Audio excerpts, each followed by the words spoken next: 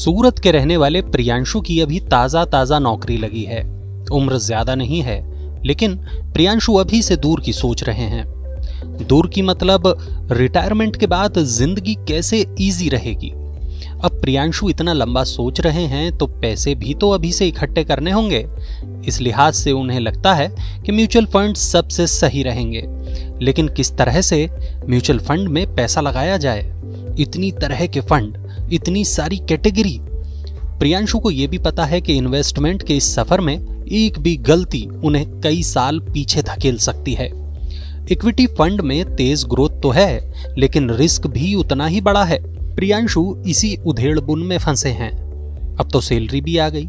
Research और filter करते करते प्रियांशु जा पहुंचे डायनेमिक एसेट एलोकेशन फंड पर। यहां मामला कुछ कुछ जमता दिख रहा था। तो आखिर क्या होते हैं ये dynamic asset allocation fund? Priyanshu ने अब इनकी तह तक जाने का फैसला कर लिया था। पता चला इन्हें बैलेंस्ड एडवांटेज फंड भी कहते हैं। ये ऐसे हाइब्रिड म्यूचुअल फंड होते हैं जो इक्विटी और डेट दोनों में निवेश करते हैं। लेकिन क्या प्रियांशु के लिए सही है ये फंड?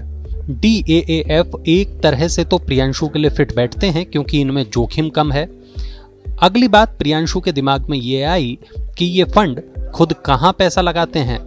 खंगाला तो पता चला कि इक्विटी में 65 से 100% और डेट में 0 से 35% तक निवेश करते हैं ये फंड।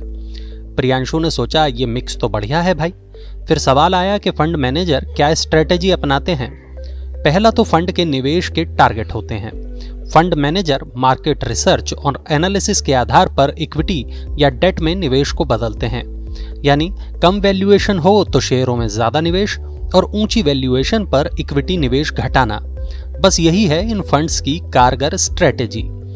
तब इनमें जोखिम कम कैसे है, ये सवाल प्रियांशु के लिए सबसे ज्यादा जरूरी है। तो होता यह है कि ये फंड अपने डायनामिक एलोकेशन से आपको बाजार के जोखिम से बचाते हैं। फायदा यह है कि आपका जोखिम भी कम होता है और अच्छा रिटर्न मिलने की उम्मीद ज्यादा होती है। वेंचुरा सिक्योरिटीज के डायरेक्टर जुजेर गाबाजीवाला कहते हैं कि dynamic asset allocation fund conservative निवेशकों के लिए ज्यादा उपयुक्त हैं। इसके डायनामिक एलोकेशन से जोखिम को कम से कम करने में मदद मिलती है। शेयर बाजार में गिरावट के दौर में ऐसे फंड में प्योर इक्विटी फंड के मुकाबले कम गिरावट आती है क्योंकि ये डेट में भी निवेश करते हैं और आर्बिट्राज का फायदा उठाते हैं। इसलिए पूंजी की बढ़त के साथ ही ये फंड निवेशक के मूलधन को बचाए रखने की भी कोशिश करते हैं। मनी9 की सलाह यह है कि अगर आप डायनामिक एसेट एलोकेशन फंड में पैसा लगाना चाहते हैं तो कम से कम 3 साल के लिए निवेश करना चाहिए।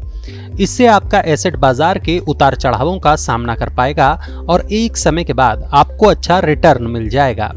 ये फंड इक्विटी में निवेश करता है, इसलिए ऐसे निवेशकों के लिए भी अच्छा है जो कम से मध्यम तक जोखिम लेने के लिए तैयार हैं।